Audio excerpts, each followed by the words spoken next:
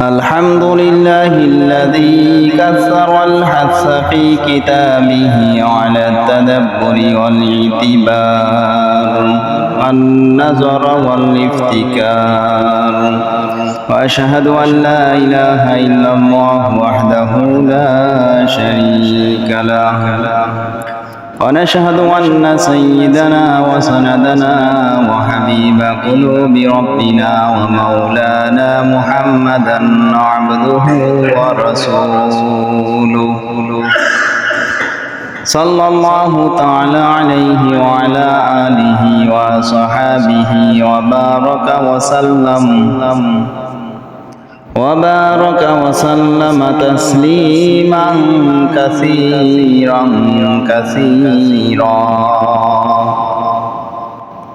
أما بعد، فقد قال الله تبارك وتعالى في كلامه المجيد والفرقان الحميد: أعوذ بالله من الشيطان الرجيم. بسم الله الرحمن الرحيم. وأنزلنا إليك الذكر لتبين للناس الآية. وقال رسول الله صلى الله عليه وسلم: بأبي أنت وأمي لا تشرك يصيبك سهم من سهام القوم نهري دون نهرك. وقال شاعر: جب ربيع الأول آتی ہے اس کتنے مدہ ملتی ہے. اگر ربیع الاول جاتا ہے، اگر ربیع الاول جاتا ہے، تلاش کرنے کی ذمہ داری. وقال تعالی: إن الله ملائكته يصلون على النبي يا أيها الذين آمنوا صلوا عليه وسلموا تسليما. اللهم صل على سيدنا ونبينا وشفيعنا وحبيبنا ومولانا محمد صلى الله تعالى عليه وعلى آله وصحابه وبارك وسلم. আলহামদুলিল্লাহ। আল্লাহ রাব্বুল আলামিনের দরবারে লাখ কোটি শুকর যে মহান সুবহানাহু ওয়া তাআলা আমাদেরকে দুনিয়ার অগণিত মানুষের মধ্য থেকে যাচাই বাছাই করিয়া সমস্ত কাজ কর্ম থেকে ফারাক করিয়া সর্বপ্রকার বিপদ আপদ থেকে হেফাজত করিয়া এই ফিতনা ফাসাদের জামানায়, ফিতনা ফাসাদের যুগে মানুষ নেক-কাজ ছাড়ার প্রতিযোগিতায় লিপ্ত, গুনাহের মধ্যে লিপ্ত, এমনই ফিতনা ফাসাদের জামানায় আল্লাহ সুবহানাহু ওয়া তাআলা আমাদেরকে দয়া করে, ভালোবেসে, মহব্বত করে তার গোলামির জন্য প্রতি জুমার ন্যায় আজও তারই ঘর মসজিদে আসার ও বসার তৌফিক দান করেছেন। এজন্য অন্তর থেকে কালিমাতুশ শুকর আদায় করি, আলহামদুলিল্লাহ। মানুষ কতজন কত কাজে, বিভিন্ন কাজে ব্যস্ত। যে হারাম কাজের মধ্যে ব্যস্ত সেও অপরাধ, যে হালাল কাজের মধ্যে ব্যস্ত থেকে আল্লাহর হুকুম অমান্য করে চলে, কাজটা হালাল, কিন্তু হালাল কাজের মধ্যে আল্লাহর হুকুম, আল্লাহর গোলামির সময় হয়েছে, মসজিদ থেকে হাইয়া আলাল সালাহ হাইয়া আলাল ফালাহ আহ্বান এসেছে, এই আহ্বান আসার পরও সে তার কাজের মধ্যে লিপ্ত থাকার কারণে তার কাজটা যদিও হালাল পন্থায় কাজ, সেই কাজটাও তার জন্য অপরাধ হয়ে দাঁড়ায়। আর যারা হারামের মধ্যে লিপ্ত আছে তাদের তো বলার প্রয়োজন নাই। এই জন্য যখনই আল্লাহর হুকুম সামনে চলে আসবে, যখনই হুকুম আসুক না কেন, যেটা ফরজে আইন, এই ফরজে আইন যখন আমার আপনার সামনে আল্লাহর হুকুম চলে আসবে, দুনিয়া যত ব্যস্ততা থাকুক না কেন, দুনিয়া যত বিপদের মধ্যে থাকি না কেন, আমাকে আল্লাহর হুকুমের সাড়া দিয়ে আমাকে অগ্রসর হতে হবে। মসজিদ থেকে যখন হাইয়া আলাস সালাহ আহ্বান আসছে, আমাকে দুনিয়ার সমস্ত কাজকে ফেলে, সমস্ত ব্যস্ততাকে পিছনে ফেলে আমাকে সামনে অগ্রসর হতে হবে আল্লাহর ডাকে সাড়া দেওয়ার জন্য, তার দরবারে হাজিরা দেওয়ার জন্য। না শুধু নামাজ নয়, যত ফরজ আইন আছে,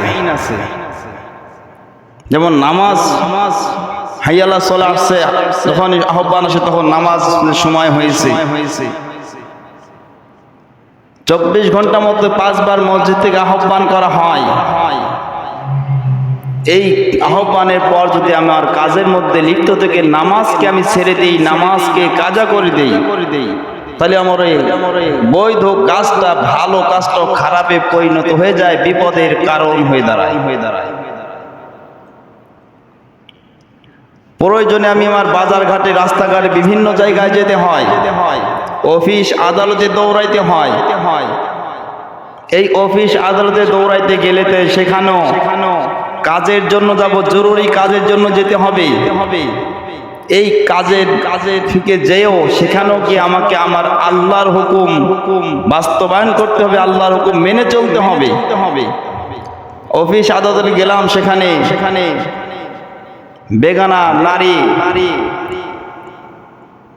তাদের সামনে তারা তো অনেক বস অফিসার পদে থাকে, তারা অনেক দায়িত্ব নিয়োজিত থাকে, তাদের কাছেও যেতে হয়। যাওয়া নিষেধ নয়, তবে ওখানেও আমাকে কি করতে হবে, আমার চোখের হেফাজত করে চলতে হবে। যাওয়া নিষেধ নয়, চোখের হেফাজত করা এটা আল্লাহর আদেশ, ফরজে আইন।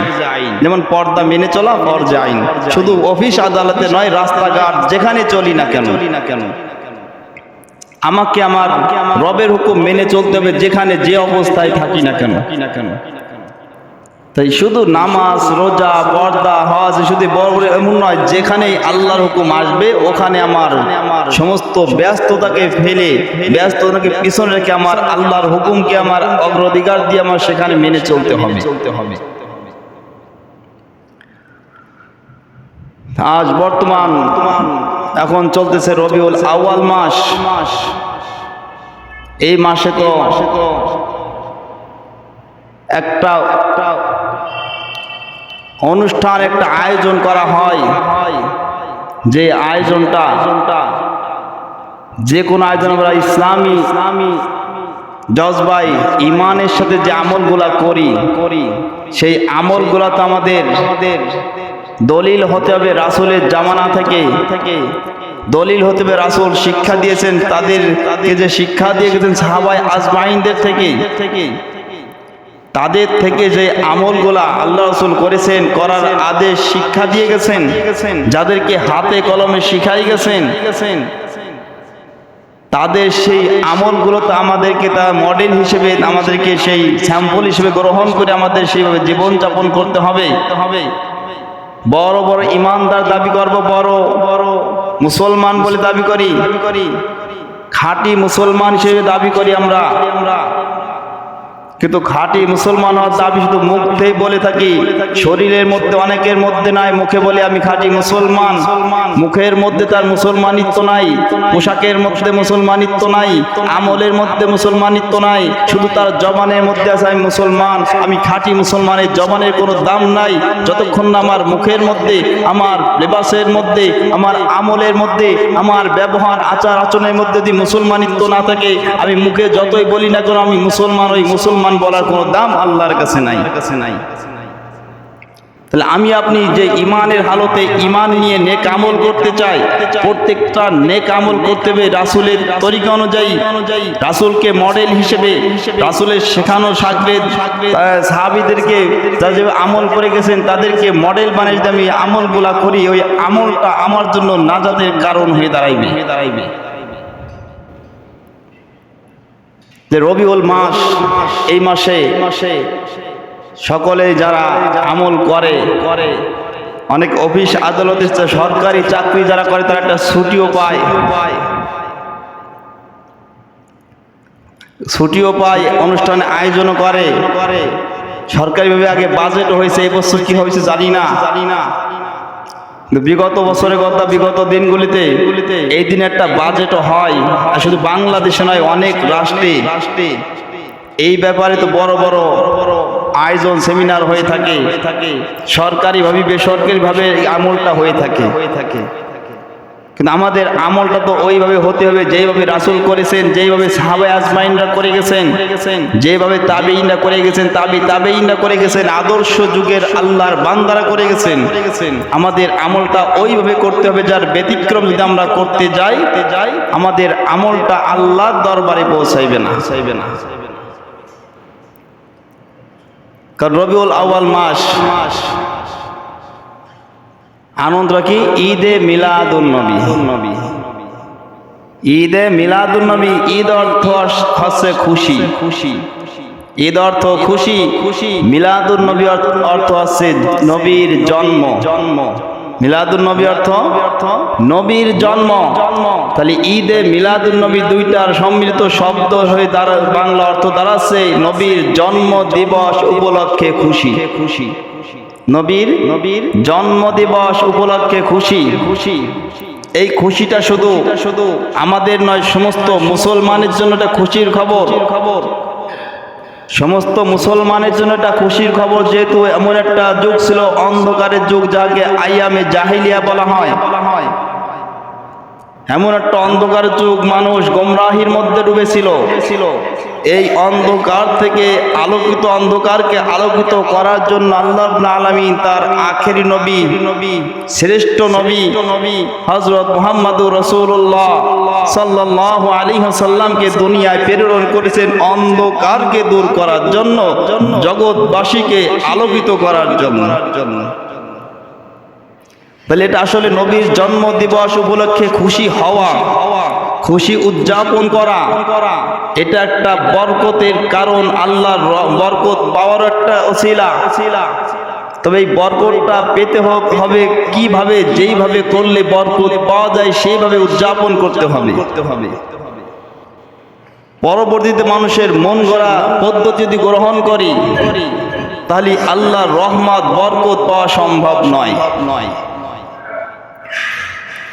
কারণ ঈদে মিলাদুন নবী, নবীর জন্ম উপলক্ষে খুশি হওয়া, এটা খুশির দিবস, খুশির বিষয়।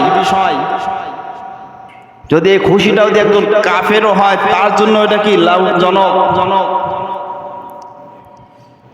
যখন আল্লাহ রাব্বুল আলামিন তার শ্রেষ্ঠ বান্দা, শ্রেষ্ঠ নবীদের মধ্যে নবী রাসূলদের মধ্যে শ্রেষ্ঠ রাসূল আমাদের নবী, আখেরি নবী যখন দুনিয়াতে আগমন করলেন,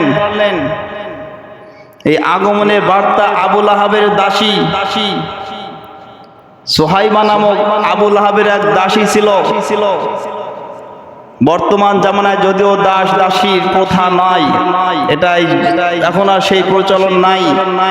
আগে তো দাস দাসী অর্থাৎ মানুষদেরকে বিক্রি করা হতো, কিনা হয়তো। দাসী তার মনিবের অনুমতি ছাড়া একটা কদম ফেলার অধিকার রাখতো না। দাসীকে যতভাবে নির্যাতন করুক না কেন, কেটে টুকরা টুকরা যদি করা হতো, পার্শ্ববর্তী সামাজিক লোক কোনো বলার অধিকার রাখতো না, তুমি কেন তাকে বিনা কারণে বিনা দোষে তাকে টুকরা টুকরা করতেছো, তাকে আঘাত করতেছো।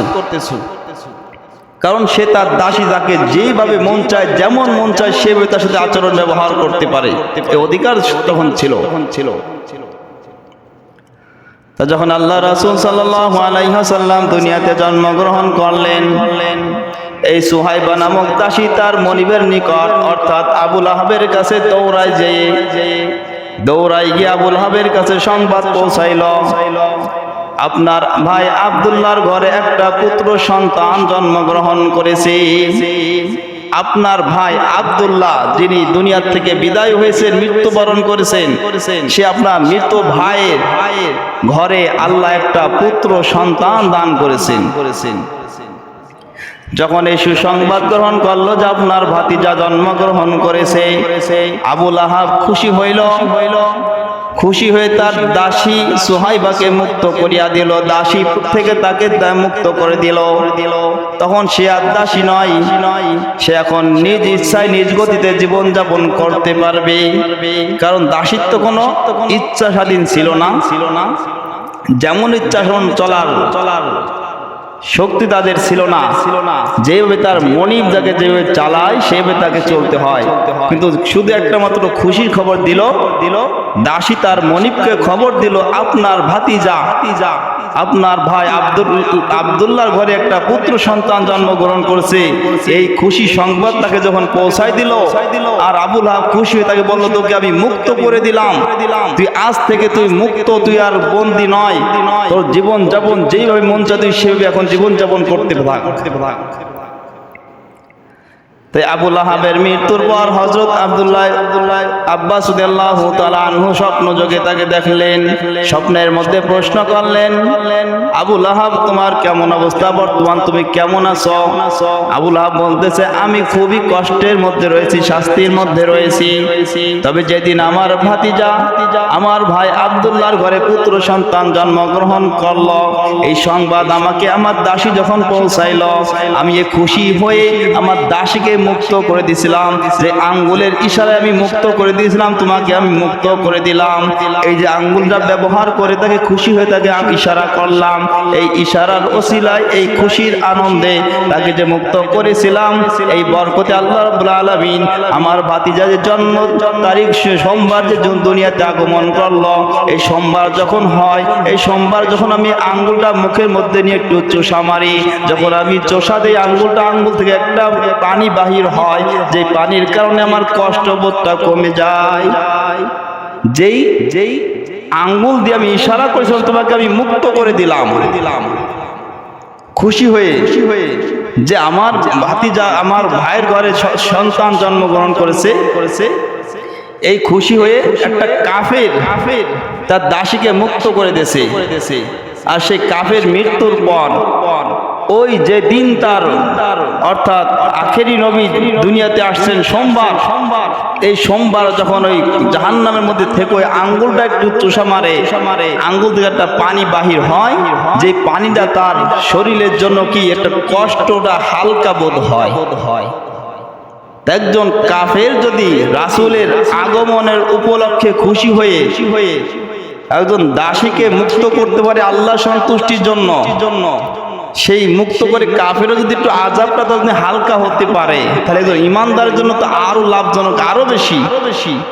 কিন্তু এই পদ্ধতিটা হতে হবে, যেই পদ্ধতিতে করলে লাভ হয়, ফজিলত অর্জন হয়, সেভাবে আমাদের করতে হবে। কেউ শিখানো দিয়ে নয়। এই যে আমরা বর্তমান অনেক বিভিন্ন রাষ্ট্রে ঈদে মিলাদুন নবী উদযাপন করা হয়, ঈদে মিলাদুন নবী, এটার অর্থ কি জানলাম যে নবীর জন্ম দিবস উপলক্ষে খুশি। ঈদে মিলাদুন নবী হিসেবে আমরা অনেক আয়োজন করা হয়, অনেক ব্যানার, অনেক বর্ণাঢ্য মিছিল বাহির করা হয়, অনেক ফেস্টুন বানানো হয়, কত রকম উদযাপন করা হয়। এটা তো আসলে রাসূলের যুগে ছিল না, এটা সাহাবীদের যুগে আমল ছিল না। তাবিঈনদের যুগে আমলটা ছিল না। পাইলো কোথায়? এটা ইংরেজ আমলের লাহোরের হাজী এনায়েতুল্লাহ এবং আব্দুল মজিদ সাহেব এই দুই ব্যক্তি এই প্রথা চালু করেছে ঈদে মিলাদুন নবী। এই নিয়মটা যাকে জশ্নে জুলুসে ঈদে মিলাদুন নবী নাম বলা হয়, জশ্নে জুলুসে ঈদে মিলাদুন নবী। এটার প্রতিষ্ঠাতা হচ্ছে ইংরেজ আমলের হাজী এনায়েতুল্লাহ এবং আব্দুল মজিদ সাহেব। তবে হাজী এনায়েতুল্লাহ বলছে এটা আমি একাই, এটা প্রতিষ্ঠাতা আমি একাই এটা নিয়মটা চালু করেছি, সে নিজেই এটা বলেছে। এটা তো একজনের শেখানো নিয়ম পদ্ধতি, যে পদ্ধতিটা রাসূলের শেখানো নয়, যে পদ্ধতিটা রাসূলের কোন সাহাবী তাবিঈনদের যুগে নয়, পরবর্তীতে সে একজন মন গড়া একজন এটা আমল করলো। আর একই দিনে যদি যার ঘরে সন্তান আল্লাহ দান করে সে তো খুশি হয়। মনে করেন বছরের 1 তারিখ পহেলা, বাংলা হিসেবে করি পহেলা বৈশাখ। কারো কোনো একটা ছেলে সন্তান, কয়েকটা মেয়ের পর একটা ছেলে সন্তান আল্লাহ দান করলো। সেই দান করলে একটা মতো লাস্টে যে কয়েকটা মেয়ের পর একটা সন্তান দান করলে কতটা সে ভালোবাসার পাত্র হয়।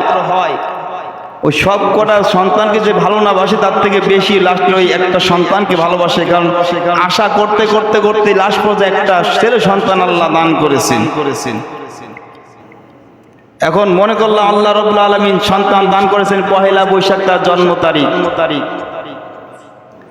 এখন এই পহেলা বৈশাখ তো জন্ম তারিখ, 10 বছর পরে সন্তান মারা গেল ওই পহেলা বৈশাখের দিন। অর্থাৎ যে দিনে মৃত্যু হয়েছে 10 বছর জীবিত থেকে ওই দিনে ওই তারিখে মারা গেল। এখন বলেন এত ভালোবাসা যার জন্য এখন মৃত্যুবার্ষিকী পালন করবে না জন্মবার্ষিকী পালন করবে? কারণ আনন্দের থেকে দুঃখের ভারীটা এটাই বাহ্যিক প্রকাশ ঘটে বেশি। আনন্দে আত্মহারা হয়েও ভুল করে, আবার দুঃখের মধ্যেও দুঃখের পরীক্ষাও কি ফেল করে আত্মহারার পথভ্রষ্ট হয়ে যেতে হয়। এখন সর্বপ্রথম স্বাভাবিক নিয়ম যে আনন্দ থেকে দুঃখের প্রভাবটা পড়ে বেশি, ঠিক কিনা? আনন্দ এবং দুঃখ দুটি একসাথেই হয়, তাহলে দুঃখেরটাই কি বেশি প্রভাব বেশি হয়। একই দিনে যদি সন্তান মারা যায়, আমরা জন্মদিবস পালন করলাম, 9টা বছর জন্মদিবস পালন করেছি, 10টা বছরে যখন 10ম জন্মদিবস পালন করব আয়োজন করেছি, ওই দিনই মারা গেল। এখন তার পরের বছর আমরা কোনটা পালন করব? জন্মদিবস না মৃত্যু দিবস? এইভাবে যারা আল্লাহ রাসূলের জন্মদিবস উপলক্ষে যে 12ই রবিউল আউয়াল হোলি যে পালন করার জন্য মানুষের মন গড়া পদ্ধতি 1 নম্বর ভুল, আর 2 নম্বর যে 12 তারিখ যে আসলে যে আমরা পালন করেই থাকি, এটা কিন্তু নিশ্চিত নয় যে আল্লাহ রাসূলের জন্ম তারিখ 12ই রবিউল আউয়াল হয়েছে, আর রবিউল আউয়ালই হয়েছে এটা নিশ্চিত। 12ই রবিউল আউয়াল ইন্তেকাল করেছেন এটাও নিশ্চিত, কিন্তু জন্ম দিবস উপলক্ষে এটা মতভেদ রয়েছে। যদি আরবি মাস হিসেবে যদি পিছনের দিক যাওয়া হয়, মুহাক্কিক উলামায়ে কেরাম ঐতিহাসিকগণ এটা বিশ্লেষণ করে দেখছেন যে আরবি মাস হিসেবে পিছনের দিকে যেতে হয় রাসূলের জন্ম তারিখ দিয়ে সোমবার 12ই রবিউল আউয়ালের সঙ্গে মিলে না। 8 তারিখ 9 তারিখ এমন মতভেদ হয়েছে, তবে 12ই রবিউল আউয়ালের সঙ্গে মেলে না। কিন্তু 12ই রবিউল মৃত্যু এটা নিশ্চিত, এর মধ্যে কোনো সন্দেহ কারণ নাই। এখন যারা 12 তারিখ পালন করে ধরে নিলাম 12ই রবিউল আউয়াল জন্ম দিবস, আর ওই 12ই রবিউল আউয়ালে আল্লাহ রাসূলের ওফাত হয়েছে, এখন খুশিরটা পালন করব না দুঃখেরটা পালন করব? আল্লাহ রাসূলের আগমন যেমন খুশির বিষয়, আল্লাহ রাসূলের দুনিয়ার থেকে বিদায় হওয়াটা এটা মুসলমানদের জন্য দুঃখে বড় একটা বুক ভরা কষ্টের বিষয়। তাহলে এখন খুশিরটা পালন করব না দুঃখেরটা পালন করব? আল্লাহ রাসূলের দুঃখটাই অটোমেটিক এসে যায়, কারণ সুখ আর দুঃখ যদি একসাথে হয়, দুঃখটাই কি বেশি প্রভাব শরীরের উপর পড়ে, মানুষের উপরে পড়ে। এখন ওটাও কোনো কথা না। আল্লাহ রাসূলের জন্মদিবস উপলক্ষে মতভেদ কেন? মৃত্যু নিয়ে মতভেদ নয়, কোনো মতভেদ নাই। এক কথা সকলে লিখিত আকারে ঐতিহাসিক কিতাবে রয়েছে, লিখিত আকারে ইতিহাসে রয়েছে যে 12 রবিউল আউয়াল ইন্তেকাল করেছেন, কিন্তু জন্ম দিবসটা উল্লেখ ইতিহাসে ওইভাবে নাই কেন? তার একটাই মাত্র জবাব, কারণ যেটার গুরুত্ব আল্লাহর কাছে নাই, ওটার গুরুত্ব রাসূলের কাছে ছিল না। রাসূলের কাছে ছিল না বিদায় সাহাবায়ে আজমাইন, তাবেঈনদের কাছেও ছিল না। সাহাবায়ে কিরামের আজমাইন মানে আল্লাহ রাসূলের কাছে যেটা আল্লাহর কাছে গ্রহণযোগ্য নয়, পছন্দ নয়, ওটা আল্লাহ রাসূলের কাছে পছন্দ নয়। আল্লাহ রাসূলের কাছে যেটা পছন্দ নয়, সাহাবীদের কাছে ওটা পছন্দ না। যেটা সাহাবীদের কাছে পছন্দ না হয় নাই, সেটা তাবেঈনরা গ্রহণ করে নাই। যেটা তাবেঈনরা গ্রহণ করে নাই, সেটা তাবেঈনরা গ্রহণ করে নাই। তাবেঈনরা যারা গ্রহণ করে নাই, উলামায়ে হক্কানি আহলে হক সুন্নাত ওয়াল জামাতের লোকেরা ওটা গ্রহণ করে নাই। এই কারণেই আল্লাহ রাসূলের জন্মদিবস উপলক্ষে তারিখ নিয়ে মতভেদের কোনো শেষ নাই। যদি ওটার সঙ্গে জন্মদিবস উপলক্ষে কোনো বিশেষ কোনো ফজিলত, বিশেষ কোনো আমল যদি আল্লাহ নিযুক্ত করে দিত, তাহলে আল্লাহ রাসূল সেই আমলটা সাহাবীদের মাঝে বলে দিতেন। সাহাবীরা তাবেঈনদের শিক্ষা দিতেন, তাবেঈনরা তাবেঈনদের শিক্ষা দিতেন, তাবেঈনরা উলামায়ে কিরাম আহলে হক সুন্নাত ওয়াল জামাতের কাছে এটা পৌঁছায় দিতেন। কিন্তু বর্তমান জামানায় জন্ম দিবসের তারিখটার বিশেষ অনেক কাজে প্রয়োজন হয় বিদায় লিখে রাখতে হয়। যে কারণে বর্তমান জামানায় কেউ জন্মদিবস তারিখ নিয়ে মতভেদ থাকে না। এই কারণে দেখা যায় শিশু জন্মগ্রহণ করলেই যখনই টিকা কাটের তার তারিখ লেখা হয়, তখন থেকে লিখিত শুরু হয়ে যায়। বাংলাদেশ থেকে বাহিরে আরো বেশি গুরুত্ব। যেমন ইটালিতে একটা বাচ্চা যখন জন্মগ্রহণ করে সরকারিভাবে সে একটা ভাতা পাওয়া শুরু হয়ে যায়। গরিব হোক আর কোটিপতি হোক না কেন, ওদেশের নিয়ম এটাই। জন্মগ্রহণ করেছে তার নামে অটোমেটিক অ্যাকাউন্ট একটা সাথে তো খোলা হয়ে যাবে, মাসে সরকারি একটা ভাতা তার অ্যাকাউন্টে ঢুকে যাবে বাচ্চার নামে। কিন্তু বাংলাদেশের তো ওটা নাই। তারপর বাংলাদেশের বিভিন্ন কাজে স্কুলে ভর্তি হতে গেলে তার বয়সের প্রয়োজন হয়, মুখে বললে হবে না, লিখিত আকারে প্রমাণ থাকা লাগবে। যে কারণে টিকা কার্ড থাকে, টিকা কার্ড থেকে পরে জন্ম নিবন্ধন কার্ড বানাতে গেলে ওই তারিখ অনুযায়ী লিখতে হয়। অর্থাৎ ডকুমেন্ট ছাড়া দ্বিতীয় পদক্ষেপ কেউ গ্রহণ করতে চায় না। যদি কার্ডটা টিকা কার্ড না থাকে ইউনিয়ন কেন্দ্র থেকে তার তারিখ সেটা গ্রহণ করতে চায় না যে তার টিকা কার্ডে সংগ্রহ করুন, তারপরে আমি এখান থেকে জন্ম তারিখ তাকে সার্টিফিকেট বানাই দিব। যে কারণে বর্তমান যুগে তারিখ লেখা রাখার বিভিন্ন প্রয়োজন হয়। পাসপোর্ট করতে গেলে তার জন্ম তারিখ সঠিকটা প্রয়োজন হয়, হজ করতে গেলেও তো পাসপোর্টের প্রয়োজন হয়। এই জন্য বিভিন্ন প্রয়োজনে এখন লিখে রাখতে হয়। কিন্তু রাসূলের যুগে ওইটা ছিল না, ওই প্রয়োজন ছিল না বিধায় রাসূলের জন্ম তারিখ লেখা রাখার প্রয়োজন হয় নাই, দরকারও হয় নাই। ওই দিনে কোনো বিশেষ আমলও নাই, যে কারণে জন্ম তারিখ নিয়ে কি মতভেদের কোনো শেষ নাই। তো এই গেল ঈদে রবিউল আউয়ালে ঈদে মিলাদুন নবী, অর্থাৎ জশ্নে জুলুসে ঈদে মিলাদুন নবী। এটা যে নিয়মে পদ্ধতি পালন করা হয়, এটা কোনো রাসূলের শিখানো আমল নয়, সাহাবীদের তাবেঈদের কোনো আদর্শ যুগের আমল নয়। এটা পরবর্তীতে ইংরেজ আমলের লাহোরের হাজী ইনায়েতুল্লাহর একটা আবিষ্কৃত একটা পদ্ধতি, যেটা গ্রহণযোগ্য নয়। যে গ্রহণযোগ্য করেছে ওটা বেহুদা হয়েছে। এরপরে আমরা যে মিলাদ করি, মিলাদ এই মাসেই হোক আর ভিন্ন মাসে হোক, ঈদে মিলাদুন নবী নামে যে মিলাদ করি, এই মিলাদ আসলে পড়ার বিষয় নয়, মিলাদ হচ্ছে করার বিষয়। মিলাদ মানে কি? নবীর জন্ম। এখন মিলাদ মাহফিল যদি হয়, নবীর জন্ম বৃত্তান্ত, নবীর জীবনী নিয়ে আলোচনা, এটাই হচ্ছে মিলাদ করা, মিলাদ পড়া না। তাই মিলাদ পড়ার যদি মিলাদ করা হয়, তাহলে যারা আয়োজন করছে তাদের মনটা সন্তুষ্ট হয় না। কি করলাম, কত টাকা খরচ করলাম, কি হইল 100 জন মানুষের আয়োজন করলাম বাসায়, হুজুরের দাওয়াত দিলাম, হুজুর তো মিলাদ পড়লো না, কিটা আলোচনা করে চলে গেল। এই যে মিলাদ, আমরা মিলাদ করার দরকার, করাটাকে বাদ দিয়ে পড়াটাকে গ্রহণ করেছি, করাটাকে বাদ দিয়ে পড়াটাকে গ্রহণ করেছি, যেটা উল্টাটা গ্রহণ করেছি। যদি আমরা ওইভাবে আলোচনা করে চলে আসি, আয়োজন শেষ করে চলে আসি, তাহলে যে আয়োজন দ্বারা আয়োজক করলো মেজবান, তার মনে আঘাত থেকে তাই কষ্ট পেয়ে যায় না বোঝার কারণে। কিছু আল্লাহুম্মা তাম্মা মিন হামলি যে আমরা পড়ি, কিছু আরবি বাংলা কবিতা পাঠ করে দুরূদ পড়ি, এটা না করলে তারা মনেই করে না যে মিলাদ হয়েছে। এটা পড়লেই মনে করে মিলাদ হয়েছে, না করলে মিলাদ মনেই করে না। তা আমাদের আমল এইভাবে, যে কোনো আমলটা করবো না কেন, আমলটা হতে হবে আদর্শ যুগের সাথে মিল থাকতে হবে, সাহাবীদের আমলের সাথে মিল থাকতে হবে। যেভাবে আল্লাহ রাসূল শিক্ষা দিয়েছেন সাহাবীদেরকে, ওইভাবে আমাদেরকে প্রত্যেকটা আমল করতে হবে। তাহলে ওই আমলের দ্বারা বরকত হাসিল হবে, আল্লাহর রহমত পাওয়া যাবে।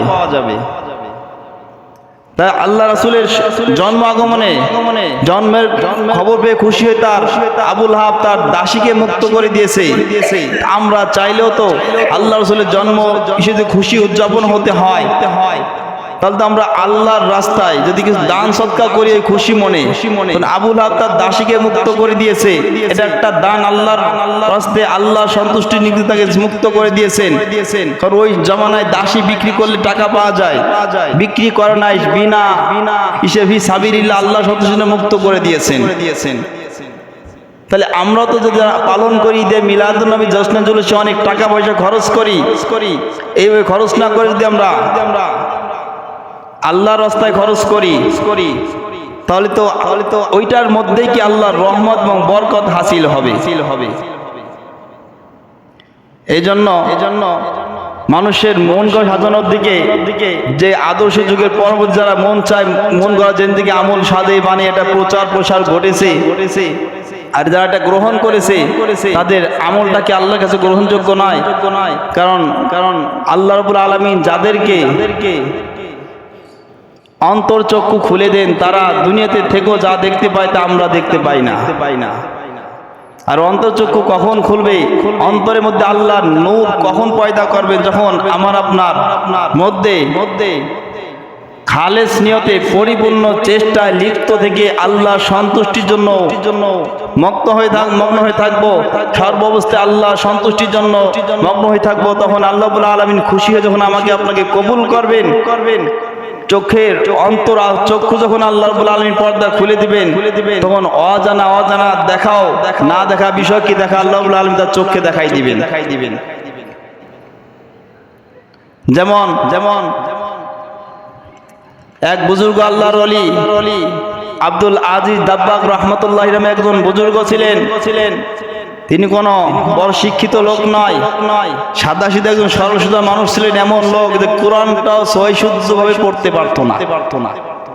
আব্দুল আজিজ দাব্বাগ রাহমাতুল্লাহ নাম করে এক ব্যক্তি কোনো আলেম নয়, বড় শিক্ষিত নয়, সাদা সিধা সাধারণ একজন মানুষ, কিন্তু তাকে এমন আল্লাহ রাব্বুল আলামিন তার অন্তর চক্ষু খুলে দিয়েছেন, যে অন্তর চক্ষু দ্বারা তার সামনে দিকেও কোরআন না পড়ে ভিন্ন অপব্যাখ্যা করত, কোরআনের আয়াত বাদ দিয়ে মানুষের মন গড়া আয়াতকে যদি আয়াত বলে চালাই দিত, এটা কোনো আলেম যদি ধরতে সময় লাগতো, ধরতে নাও পারতো, আল্লাহর ওই বান্দা সাথে সাথে বলে দিতে পারতো এটা মিথ্যা না, এটা সত্য। এটা আল্লাহ রাসূলের 23 বছরের জীবনে কোনো হাদিস বা তার বাহিরে কোনো আরবি শব্দ এটা বলে দিতে পারতো। এত বড় আল্লাহ তাকে তার অন্তর চক্ষু খুলে দিয়েছেন। যেমন এই অবস্থা দেখে ওলামায়ে কিরাম অবাক হয়ে যায়, ব্যাপার কি? উনি কোরআন সহি শুদ্ধভাবে দেখেও পড়তে পারে না, কিন্তু ওনার সামনে কোরআন পড়লে বলতে পারে এটা আল্লাহর কালাম, পবিত্র কোরআনের আয়াত।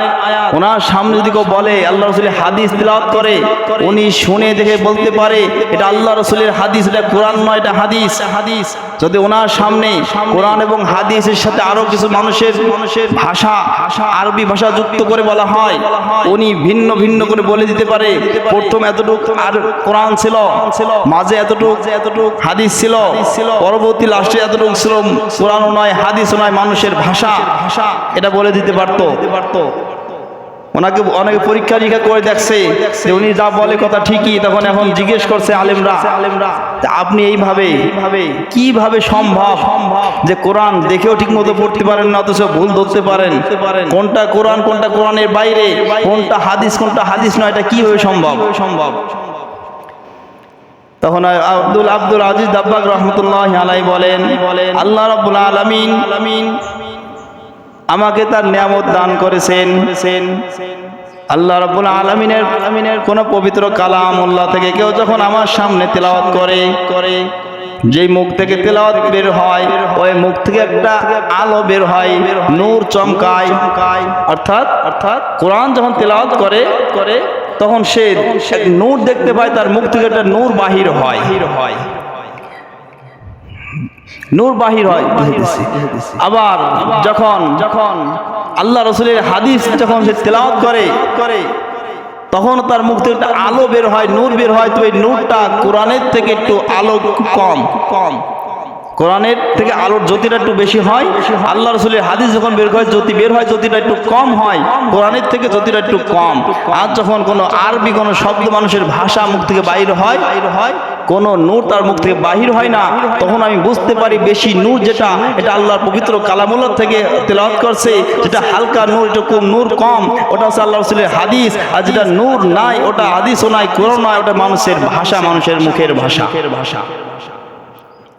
সময় নাই এইভাবে আবু হানিফা রাহমাতুল্লাহ ঘটনা আপনাদের জানা আছে যে অজুর পানির মধ্যে দেখে বলতে পারতো অজুর পানির মধ্যে কিসের গুনাহ, না মা বাবার নাফরমানি গুনাহ। এগুলো আল্লাহ রাব্বুল আলামিন যার অন্তর চক্ষু খুলে দিয়েছেন, অন্তরে নূর দান করছেন, যাকে আল্লাহ দান করেছেন সে অনেক কিছু অজানা বিষয় কি তার সামনে আল্লাহ প্রকাশিত করে দেন। এজন্য